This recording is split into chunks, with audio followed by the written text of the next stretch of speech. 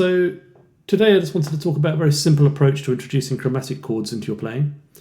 And I call these the T and the Fa chords, okay? So what do I mean by that? Right. Well, in a diatonic scale, we go Do, Re, Mi, Fa, Sol, La, Ti, Do, okay? So if you notice, there's Fa, Mi, that wants to go down. Ti, Do wants to go up, okay? Now, obviously that's diatonic. So if I'm, for instance, harmonizing a scale, I might want to use a chord that works well with that push upwards. So a good example of that would be the diminished seventh. If I play a straightforward C major scale, I come to the B, then diminished seventh works very well there, going into C6, Barry Harris style, right? On the other hand, if I'm coming down from Fa, the fourth, and I want to kind of make a nice resolution to let's say I'm using, a third inversion, the first inversion, C/E chord there, and then I might want to use something like this, which is a third inversion dominant, okay?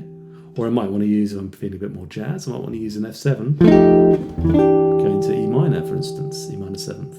So these are two very common chords. Another chord that works very well on the T is this, which is the simplest option probably. It's a first inversion major triad, first inversion G major triad in this case. You can probably see from my fingering. Okay, it's a very common cadence. I can add a seventh in there as well for a bit more kind of movement. And or I could use this shape, for instance, which doesn't sound all that different from just that diminished, just slightly more of the minor tinge to it. Okay. So with that in mind, we can apply these principles to the whole chromatic scale. And if I have, for instance, a diatonic chord progression, just going up the first three steps, Do, Re, Mi, of the major key, I can make those more interesting. I can enliven them by adding in half-step chords between. And of course, the main contender that people use for that are the diminished chords. And then this chord can either be an E minor 7, or it can be a C/E. Both are used, and then and then you've enlivened it a little bit, okay. And this used to be the basic version of the rhythm changes turnaround. In fact, boppers played it still. So, for instance, in the key of B flat, and it just kind of goes diatonic chord, moving chord, diatonic chord, moving chord, diatonic chord, okay. And then coming down, we can always use, for a Fa chord, obviously we've got our third inversion dominant, which sounds absolutely lovely if you're doing like Handelian classical harmony. I'll come back to that in a second.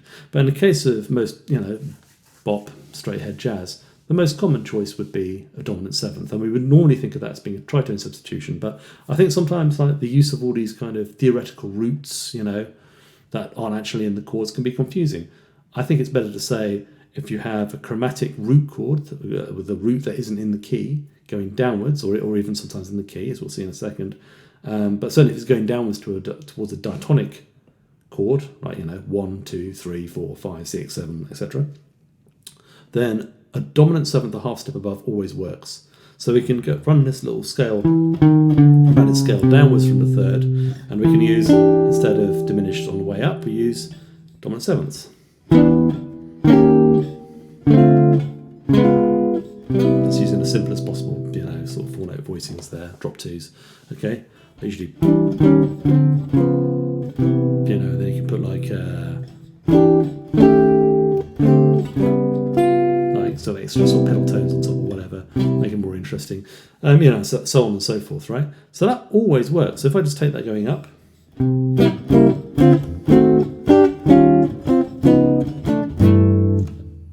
that sounds fine. So that's one way to play rhythm changes. And it's quite nice to use a 5 chord there just to break it up. Makes a more sort of emphatic cadence to 1.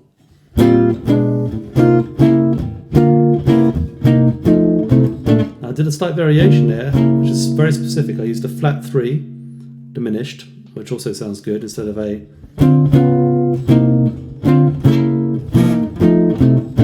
instead of a flat 3 dominant.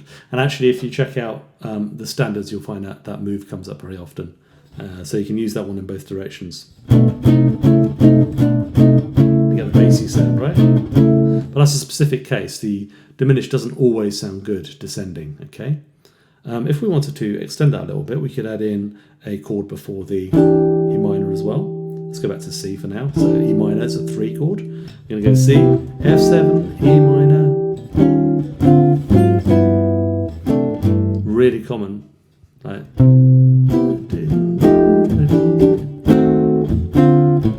By using diminished there, we get pennies from heaven.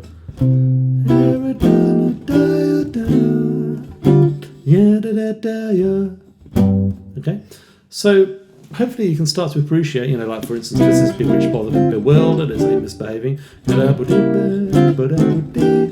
mean to mean. It's a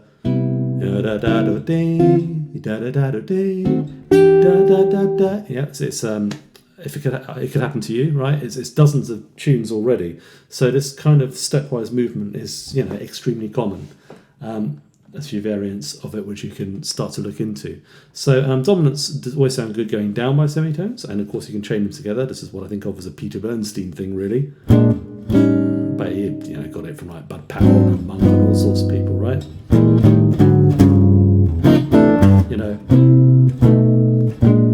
Body and soul, right? So this is a very common move, isn't it? Just going up and down by semitones. Like people do it all the time. But often we don't talk about it from that point of view. We start to invoke all these complicated tritone substitutions and weird rules that aren't necessarily very easy to conceptualize at first. Whereas I think, fretboard mechanics, there's the root going up and down, is something that we can instantly, hopefully, appreciate. Okay?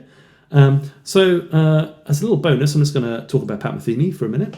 His tune James uses some very nice sort of 18th century Handelian even harmony to decorate what is a very, very basic set of chords in D major. So the chords he has is D minor, just like triads, all of them, D major, F sharp minor, A major. I'm playing them all as open voicings, because why wouldn't you? And then he goes down to first inversion D major. So the chords he uses, so these are his T chords, which are all going to be very simply first inversion major triads, basically. What Handel would have called a 6/3 chord, right? Same thing here. So he just decorates all of those diatonic chords with these. Yeah, and then he goes down. Our friend, this is really Pat Metheny chord, isn't it? The A over a G, which is we would think today in functional harmonies being a third inversion dominant, resolving here to a first inversion D major. But back in the day, they would have viewed that as being a sharp 4/6/2 chord, if I'm correct, going to a 6/3 chord. Okay, so they thought about it all intervallically. So maybe in a way, viewing this as a Lydian chord, which is how Pat Metheny often uses it, is actually a bit closer to the way somebody like Handel or Vivaldi or whoever would have viewed it. Maybe. Okay.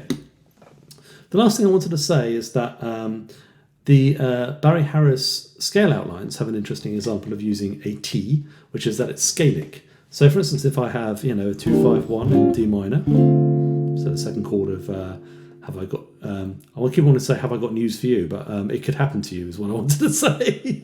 I don't know how that got into my head. Okay, so for instance, like if we take the E minor 7 flat 5 and use a C7 scale using this relationship, C9, we turn it into a T by simply turning that note into a T, which is what happens. I mean, you think of that as the third as the dominant, A7, C sharp, but it is in fact a T. And I think that there's an elegance in thinking of it as not being like anything to do with A7 at all, Pache Barry Harris, but actually just being, a leading note. Okay, oh, sorry, probably should go into that one, shouldn't I? Going into the D minor. So when you play your scales,